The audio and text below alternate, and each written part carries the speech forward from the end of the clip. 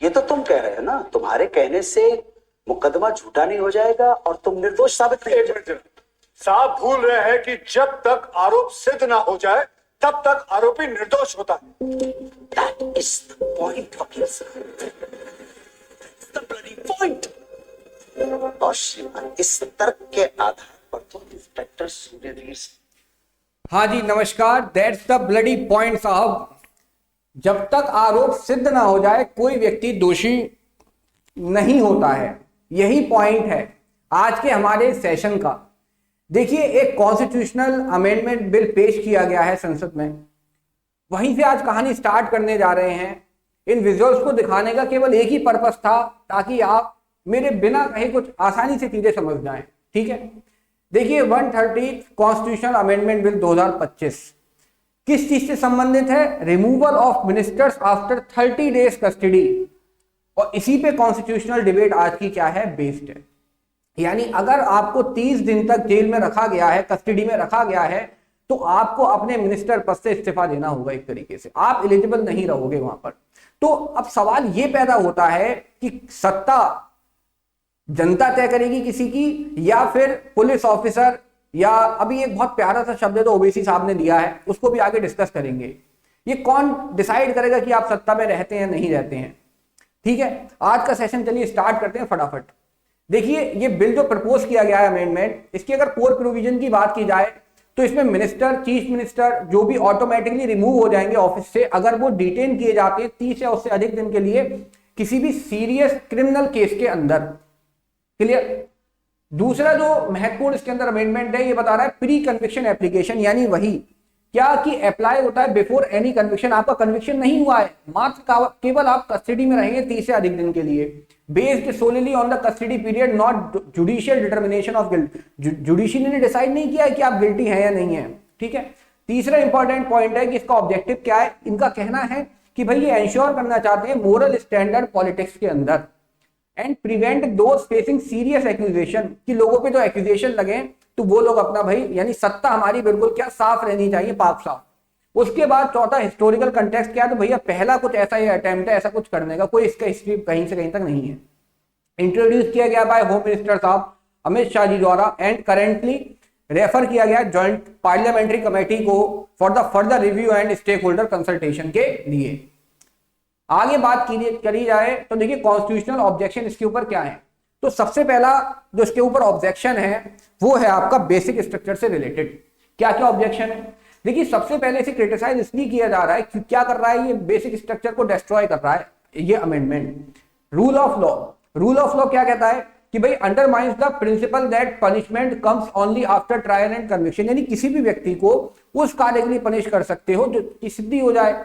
लेकिन यहां पर तो अभी कन्विक्शन हुआ ही नहीं है, और बिना कन्विक्ट करे, बिना ट्रायल करे, ये एक तरीके से जब आदमी अपना इस्तीफा दे दे, उसकी जॉब क्या था, एक तरीके से उसकी सीट चली जाए, तो ये किसके समान है? ये है तो पनिशमेंट के समान। तो रूल ऑफ लॉ का ब्रीच है यहाँ पे। सेपरेशन ऑफ पावर डिस्टर्ब करता है careful balance between executive, legislative, judicial branch के। देखिए, अगर आप बात करते हैं कि किसी को सत्ता से हटाना है या नहीं हटाना है, तो ये डिसीजन एक लेजिस्लेटिव डिसीजन है। भाई लेजिस्लेचर अपने हिसाब से डिसीजन लेता है, ठीक है, सब वोटिंग होती है, पूरा एक प्रोसीजर आपने पढ़ा होगा। लेकिन अगर कोई पुलिस ऑफिसर जो कि एग्जीक्यूटिव ब्रांच का है, वो किसी को अगर अरेस्ट ही कर लेता है 30 दिन के लिए, कस्टडी में ही रख लेता है, तो ये एक तरीके से क्या मिसयूज की तरीके से देखा जा सकता है।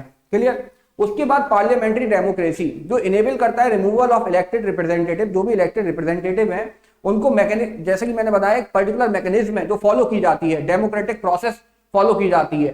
तो यहाँ पे वो प्रोसेस की तो धज्जियां उड़ने वाली है सीधे तौर पर। ठीक है, जैसे कि सुप्रीम कोर्ट ने एस्टेब्लिश किया था Kesavananda Bharati versus state of Kerala में कि parliament can not amend the basic structure of constitution creating a potential legal vulnerability for this amendment.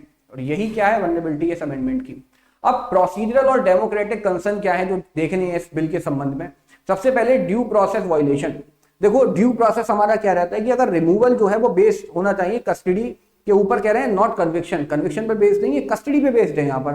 तो इफेक्टिवली ये क्या बाईपास कर रहा है फंडामेंटल प्रिंसिपल को कि इनोसेंट कोई व्यक्ति होता है जब तक कि गिल्टी ना करार दे दिया जाए। जैसा कि मैंने आपको सबसे पहले वो दिखाया कि कोई व्यक्ति जब तक आरोप सिद्ध नहीं हो जाए तब तक आरोप क्या आपका अपराधी नहीं होगा, कन्विक्टेड नहीं माना जाएगा।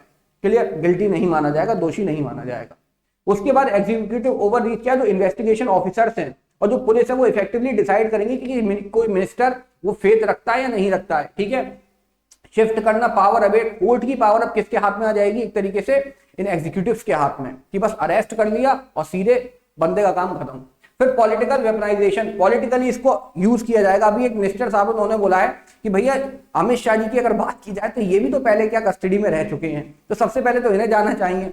तो ऐसे ऐसे कुछ लोगों का कहना है, सही है, मेरे व्यूज नहीं, लोगों का कहना ही बताऊंगा किस किसने क्या क्या कहा है। अब जैसे मनीष तिवारी जी हुए इंडियन नेशनल कांग्रेस से, इनका कहना है दिस अमेंडमेंट ट्रांसफॉर्म करेगा इन्वेस्टिगेटिंग ऑफिसर को इनटू बॉस बना देगा मिनिस्टर का, इन्वेस्टिगेशन एजेंसी वालों को, जो फंडामेंटली अल्टर कर रहा है कॉन्स्टिट्यूशनल फ्रेमवर्क को और वायलेट कर रहा है आर्टिकल 21 को।